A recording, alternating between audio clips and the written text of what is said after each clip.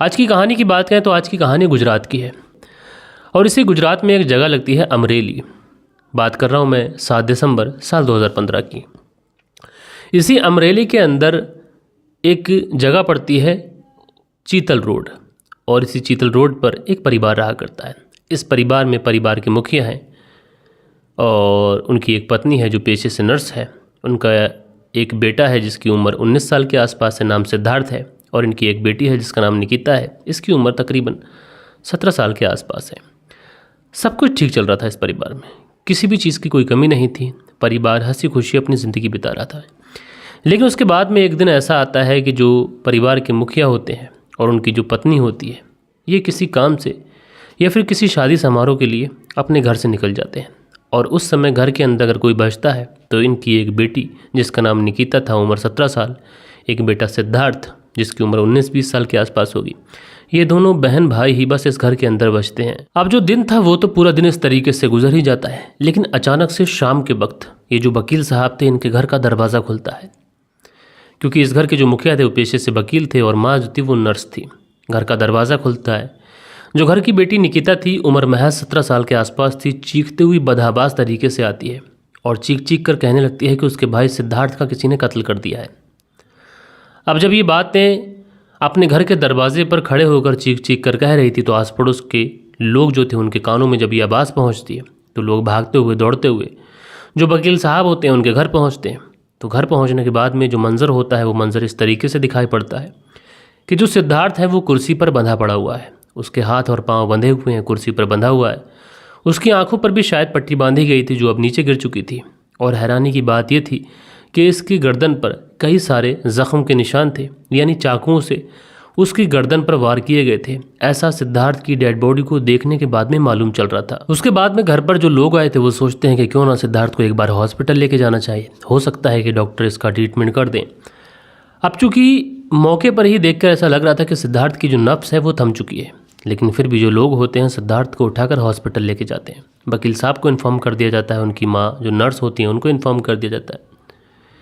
लेकिन जो डॉक्टर होते हैं वो सिद्धार्थ को मृत घोषित कर देते हैं। कहते हैं कि यहाँ पर लाने से पहले ही सिद्धार्थ की मौत हो चुकी है। अब लिहाजा जो घर वाले थे ये अलग परेशान है। मामला पुलिस में भी हो जाता है। इधर जो निकिता थी वो बदहवास थी। उसका एक लौता भाई, उसके किसी ने इतनी बेरहमी से हत्या कर दी। 3-4 साल बड़ा वो भाई उससे था। घर वाले निकिता से पूछते भी हैं कि क्या कुछ हुआ था। तो जो निकिता है वो बताती है कि मैं तो बस अपने कमरे में थी, मुझे भाई की चीखने की आवाज़ आती है।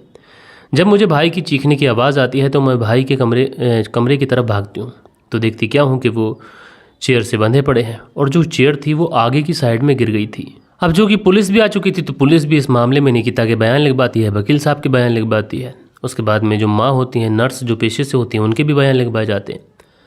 अब पुलिस इस पूरे केस में तफ्तीश शुरू करती है तो सबसे पहले इस एंगल पर तफ्तीश शुरू करती है कि जो वकील साहब हैं शायद उन्होंने कुछ केसेस लड़े हैं, तो ऐसा तो नहीं किसी अपराधी से उन्होंने दुश्मनी बना ली हो। लेकिन इस एंगल पर भी पुलिस को कुछ मिलता नहीं है। फिर दूसरा एंगल जो बेटा सिद्धार्थ जिसकी मौत हुई थी उस एंगल पर छानबीन की जाती है। कहीं ऐसा तो नहीं कि सिद्धार्थ का किसी लड़की से कोई अफेयर वगैरह रहा हो, तो दुश्मनी में उसके परिवार वालों ने कत्ल कर दिया हो, या फिर कोई दोस्त ऐसा हो जो उससे चिढ़ता हो, या फिर हाल फिलहाल में सिद्धार्थ का किसी से कोई झगड़ा हुआ हो। यही सारी चीज़ों पर, सारे एंगल्स पर पुलिस जो है छानबीन कर रही थी। लेकिन उसके बावजूद भी पुलिस को सिद्धार्थ के बारे में कुछ भी पता नहीं चल पा रहा था और सिद्धार्थ के बारे में क्यों उसका मर्डर हुआ, किस लिए मर्डर हुआ, ये सारी चीज़ें पता नहीं चल पा रही थी। इधर पुलिस जो थी वो सबसे पहले यहाँ पर तो इन सारे एंगल पर छानबीन कर ही रही थी, लेकिन जो पड़ोसी होते हैं उन पड़ोसियों से भी पूछताछ की जाती है। अब पड़ोसियों से भी पूछताछ हो चुकी थी, लेकिन सिद्धार्थ का मर्डर क्यों हुआ था, किसने किया था, क्या वजह रही, क्या रीज़न रहे, ये सारी चीज़ें पुलिस के लिए अभी रहस्य की रहस्य बनी हुई थी। अब इस पूरे केस में पुलिस अपनी छानबीन तो कर रही थी दोस्तों, लेकिन उसके बावजूद भी पुलिस को ना तो कोई सुराग मिल रहा था, ना सबूत मिल रहा था। जो केस था ये पहले बनता हुआ चला जा रहा था। लगातार दिन गुजरते रहते हैं, लेकिन इसी बीच में जो पुलिस की टीम, जो अमरेली थाने की पुलिस की टीम और जो LIO की टीम जांच पड़ताल कर रही थी, उसके जहन में कुछ अजीब तरीके की बातें आती हैं और पुलिस सोचती है कि जो सिद्धार्थ है जिसका कत्ल किया गया है, तो एक बार चलकर उस पूरी जगह को एक बार बारीकी से इन्वेस्टिगेट करते हैं। बारीकी से पुलिस इन्वेस्टिगेट करती है। जो बातें बताई गई थी वो ये थी कि सिद्धार्थ जब मृत अवस्था में लोगों ने देखा तो सिद्धार्थ के हाथ और पांव बंधे हुए थे, कुर्सी पर पूरी तरीके से उसको जकड़ दिया गया था और शायद उसके मुंह पर भी पट्टी बांधी गई थी, जो कि बाद में उसकी गांठ ढीली पड़ गई तो पट्टी नीचे की साइड में सरक गई। यहाँ पर पुलिस सोचती है कि निकिता घर में ही थी और इतना सब कुछ हुआ। सिद्धार्थ को बांधा गया कुर्सी पर, उसके मुंह पे पट्टी बांधी गई, हाथ बांधे गए, पाँव बांधे गए, कोई व्यक्ति बाहर से आया वो सब कुछ करके गया, लेकिन उसके बावजूद भी निकिता को कानो कान खबर नहीं हुई। ये बातें कहीं ना कहीं थोड़ी अजीब थीं और कहीं ना कहीं ये बातें पुलिस को उलझा रही थीं। उसके बाद में पुलिस ने मोहल्ले पड़ोस के लोगों से भी पूछताछ की थी और मोहल्ले पड़ोस के लोगों ने यही बताया था कि इस दौरान ना तो हमने यहाँ पर किसी को आते देखा ना जाते देखा, और बड़ी हैरानी की बात ये थी कि इस घर का जो एंट्री एग्जिट डोर है वो भी एक ही है, और लोगों ने बताया था कि ये जो डोर है उसी समय खुला था जब निकिता घर से बाहर आई थी।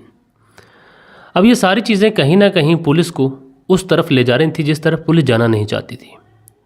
अब ले देकर पुलिस के पास में कोई रास्ता तो था नहीं कि पुलिस आखिरकार, क्योंकि ना पुलिस को कोई मोटिव मिल रहा था, ना कोई सबूत मिल रहा था, ना सुराग मिल रहा था, इसलिए पुलिस की भी मजबूरी थी कि वो निकिता के ऊपर शक करे। लेकिन पुलिस की परेशानी यहाँ पर बढ़ रही थी क्योंकि शक अगर निकिता पे किया जाए तो शक करने की कोई वजह तो होनी चाहिए। हालांकि कुछ चीज़ें ऐसी मिल रही हैं जिससे निकिता के ऊपर शक किया जाए, लेकिन माता पिता से यानी वकील साहब और जो नर्स थी उनसे पूछताछ की गई थी कि निकिता और सिद्धार्थ के रिश्ते आपस में कैसे थे।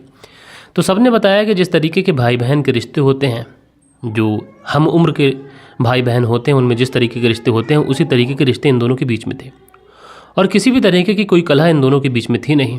अगर छोटा मोटा प्यार था तो छोटा मोटा झगड़ा भी हुआ करता था, लेकिन जो भी झगड़ा वगैरह हुआ करता था वो बस नादानी में, लड़कपन में हुआ करता था। वैसी कोई लड़ाई कभी इनके बीच में हुई नहीं। लिहाजा पुलिस को निकिता के ऊपर शक करना और दूसरी तरफ यह है कि शक का कोई रीज़न न मिलना, ये चीज़ें कहीं ना कहीं पुलिस को परेशान कर रही थी। लेकिन पुलिस ने इस पूरे मामले में काफ़ी लंबी छानबीन की, काफ़ी ज़्यादा लंबी तफ्तीश की। पुलिस ने यह भी पता किया कि जिस दिन क्राइम हुआ था उस दिन जो वकील साहब और उनकी जो पत्नी थी नर्स वो घर पर मौजूद थी नहीं, यानी जो कुछ हुआ उनकी गैर मौजूदगी में इस घर के अंदर हुआ। और पुलिस ने जितनी भी तफ्तीश की थी उस सारी ही तफ्तीश में ये चीज़ें बहुत क्लियर तरीके से आईं कि इस घर के अंदर कोई बाहरी व्यक्ति आया ही नहीं है, यानी जो कुछ हुआ वो सब के सब इस घर के अंदर ही हुआ था। अब कहीं ना कहीं पुलिस की मजबूरी थी कि वो निकिता के ऊपर शक करे और निकिता से पूछताछ करे, लेकिन निकिता उस समय स्कूल में थी और शायद वो 12th में आ चुकी थी। इसलिए पुलिस जो थी वो निकिता के स्कूल से कुछ चीज़ें ऐसी थीं जो पता कराना शुरू करती है। तो इस सारी पूछताछ में एक ऐसे शख्स की एंट्री हो जाती है जो एक बाहरी व्यक्ति था, और ये शख्स था नवनीत नाम का एक लड़का। जो नवनीत नाम का लड़का था ये एक रसूखदार फैमिली से बिलोंग करता था, काफ़ी अच्छी पढ़ी लिखी फैमिली थी। इनके जो पिता थे वो राजनीति में भी थे, काफ़ी पढ़ी लिखी फैमिली थी। और जो निकिता थी उसे नवनीत से प्यार हो जाता है। नवनीत और निकिता जो थे वो एक दूसरे से शादी करना चाहते थे। अब चूंकि जो निकिता थी उसकी महज उम्र अभी 17 साल थी, तो शादी तो ऐसे हो नहीं सकती थी। इधर जो वकील साहब थे और उनकी माँ जो नर्स थी वो भी इस रिश्ते के खिलाफ थे, वो भी उस परिवार में अपनी बेटी का रिश्ता करना चाहते नहीं थे। दूसरी तरफ जो भाई सिद्धार्थ था वो भी इस रिश्ते के खिलाफ था, और वो अक्सर अपनी बहन का नवनीत से जो मिलना जुलना होता था इसको लेकर अपनी बहन के ऊपर एतराज़ किया करता था। अब भाई बहन में इस बात को लेकर कई बार झगड़ा हुआ था, और भाई जो था वो लगातार अपने माता पिता के साथ ही था और निकिता को नवनीत से मिलने के लिए रोका टोका करता था। यही बातें नवनीत जो था उसे भी नागवार गुजरती थी, निकिता को भी नागवार गुजरती थी। इसलिए कहीं ना कहीं निकिता का सिद्धार्थ के साथ में झगड़ा भी हुआ करता था। जो निकिता थी उसकी उम्र महज 17 साल थी, और 17 साल की उम्र में उसने अपने घर वालों को बहुत ज़्यादा मनाने की कोशिश की, लेकिन जो घर वाले थे वो टस से मस हुए नहीं। जो भाई सिद्धार्थ था वो भी माता पिता के साथ ही था, इसलिए जो निकिता थी अब घर में अकेली पड़ चुकी थी। अब 17 साल की उम्र में उसके प्यार को ये घर वाले ठुकरा रहे थे, तो कहीं ना कहीं 17 साल की उम्र में किसी लड़की के अंदर सोचने समझने की उतनी ताकत होती नहीं है। तो निकिता जो थी वो कहीं ना कहीं अपने घर वालों को अपने मन ही मन में दुश्मन मान चुकी थी, और उसका ये मानना था कि अगर ये घर वाले रहे तो मुझे नवनीत मिल नहीं सकता, यानी इनकी मौजूदगी में मैं नवनीत की कभी हो नहीं सकती। जो निकिता थी ये घर पर जब भी इसे समय मिलता था ये यही सोचती रहती थी कि किस तरीके से इस परिवार से निपटा जाए जिसकी वजह से वो नवनीत की हो जाए। और उसी समय पर टीवी पर एक क्राइम शो आता था। उस शो को ये देखती है। उस शो के अंदर एक पति और एक पत्नी एक दूसरे के साथ में छुपन छुपाई वाला खेल खेल रहे थे, जिसमें जो पति होता है वो अपनी पत्नी को कुर्सी पर बैठाता है, उसकी आंखों पर पट्टी बांध देता है, हाथ पीछे बांध देता है, और इसी खेल खेल में वो अपनी पत्नी की चाकुओं से गोदकर हत्या कर देता है। उसके बाद में उसके शव को वहीं पर छोड़ता है। चाकू वगैरह किचन में जाकर बाथरूम में जाकर साफ़ करता है, कपड़े चेंज करता है, सारी चीज़ें साफ़ कर देता है, बाकी पुलिस को गुमराह कर देता है। यही सारी चीज़ें जब निकिता ने देखी थी तो निकिता भी सोच रही थी मैं भी अपनी ज़िंदगी में यही चीज़ें अप्लाई करूँगी। अगर मैंने इस तरीके से मर्डर कर दिया तो इससे एक फ़ायदा ये होगा कि मैं किसी भी बड़े इंसान पर काबू पा सकती हूँ, क्योंकि उस समय वो बेबस होगा। और दूसरी चीज़ ये कि मैं इस तरीके का इल्ज़ाम किसी और के ऊपर लगा दूँगी, पुलिस मेरे ऊपर तो शक करेगी नहीं, क्योंकि मेरी उम्र महज अभी 17 साल है, तो कौन भला मेरे ऊपर शक करेगा। उसके बाद में तारीख आ जाती है 7 सितंबर साल 2015, और ये जो तारीख थी, इस तारीख को जो घर के मुखिया होते हैं यानी वकील साहब और उनकी पत्नी जो होती है नर्स, ये किसी शादी समारोह के लिए गई हुई थी। उसी दौरान जो सिद्धार्थ होता है ये घर पे ही होता है। तो जो निकिता होती है सिद्धार्थ से कहती है कि भैया मुझे तुम्हारे साथ छुपन छुपाई का खेल खेलना है। जो सिद्धार्थ था पहले तो मना कर देता है कि क्या बेहुदा बात कर रही हो, लेकिन निकिता जब जिद करती है तो सिद्धार्थ ही मान जाता है कि चलो छोटी बहन है, खुश हो जाएगी, खेल लेता हूँ, क्या जा रहा है। तो उसके बाद में निकिता सिद्धार्थ से कहती है कि देखो मैं तुम्हें कुर्सी पर बांधूंगी और उसके बाद तुम्हारी आंखों पर पट्टी बांधूंगी और उसके बाद तुम्हें मुझे ढूंढना है। सिद्धार्थ कहता है ठीक है। निकिता उसको कुर्सी पर बांध देती है, आंखों पर पट्टी बांध देती है। पहली बार में उसने आंखों पर जो पट्टी बांधी थी वो इतनी ज़्यादा कसकर बांधी थी कि सिद्धार्थ की आंखों में दर्द होने लगा था। सिद्धार्थ उससे कहता है कि पट्टी ढीली कर दो। अच्छा, इस बार जो निकिता थी वो पट्टी ढीली भी कर देती है। वो सोचती है कि अगर उसने पट्टी ढीली नहीं की तो सिद्धार्थ हो सकता है कि शोर मचा देगी, ये देखो तंग कर रही है वगैरह वगैरह।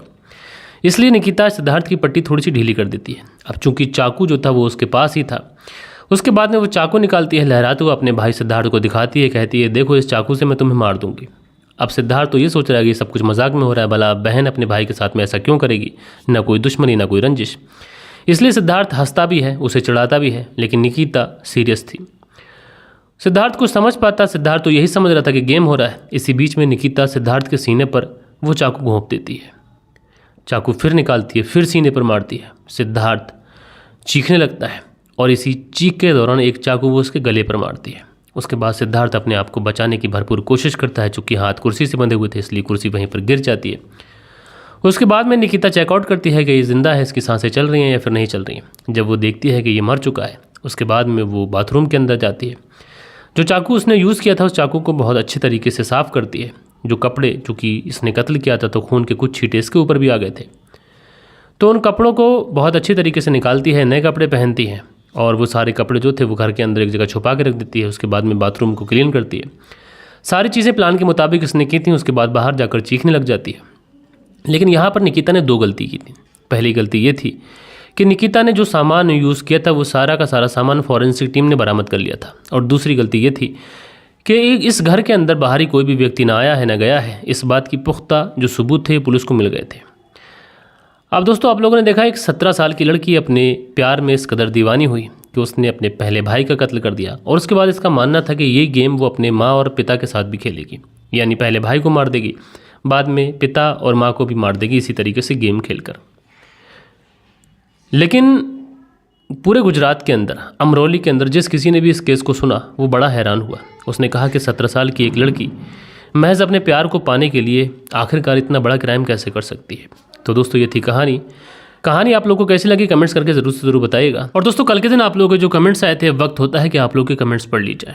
पहला जो कमेंट्स आया था ये राजकिशोर चौरसिया हैं। राजकिशोर चौरसिया महाबालेश्वर महाराष्ट्र से सुनते हैं और लिखते हैं बहुत ही दुख भरी कहानी थी। राजकिशोर चौरसिया जी, आपका बहुत बहुत शुक्रगुजार हूँ। उसके बाद में सोहनलाल सेतिया हैं, लिखते हैं कहानी अच्छी है। सोहनलाल सेतिया जी, आपका बहुत बहुत शुक्रिया। उसके बाद में मंसूरी भाईजान हैं, लिखते हैं अस्सलाम वालेकुम भाई जी, कहानी बहुत ही दर्दनाक कहानी थी। मंसूरी भाईजान जी, आपका बहुत बहुत शुक्रिया। राजेंद्र कुमार हैं, रोज़ बनाते हैं, प्रणाम करते हैं राजेंद्र कुमार जी, आपका बहुत शुक्रिया। हसीबुल अंसारी हैं, लिखते हैं अस्सलाम वालेकुम मलिक भाई, मेरे छोटे भाई, आपने बिल्कुल सही बात कही। आपने मेरे भाई और बेटियों को खुद से ध्यान रखना चाहिए। हसीबुल अंसारी जी, मेरे प्यारे भाई, आपका बहुत बहुत शुक्रिया। ए खान हैं, लिखते हैं बच्ची के साथ बहुत ही बुरा हुआ, बहुत ही दर्द भरी कहानी है। तो ए खान जी, आपका बहुत शुक्रिया। जयराज हैं, लिखते हैं स्टोरी के लायक और हर रोज़ करता हूँ, परंतु जो कमेंट्स हैं मैं कभी कभी करता हूँ। छत्तीसगढ़ से कहानी सुनता हूँ, भिलाई से। तो जयराज जी, आपका बहुत बहुत शुक्रिया। गोंडनवाल हैं, लिखते हैं शाबिज भाई, आज शनिवार है तो आप फ्रेंच और इंग्लिश कंट्री के बारे में समझ सकते हैं। जी, बहुत अच्छी बात कही आपने, मैं बहुत अच्छे से समझ सकता हूँ। उसके बाद में राजेश्वरी हैं, लिखते हैं हाय भाई, hope you are doing well, like always I love watching your videos, but sadly भाई won't be able to listen for 2 weeks like I do. I am traveling to Fiji today to see my amma. She is really sick and admitted to the hospital. Keep making your videos bhai and when I return I will watch it.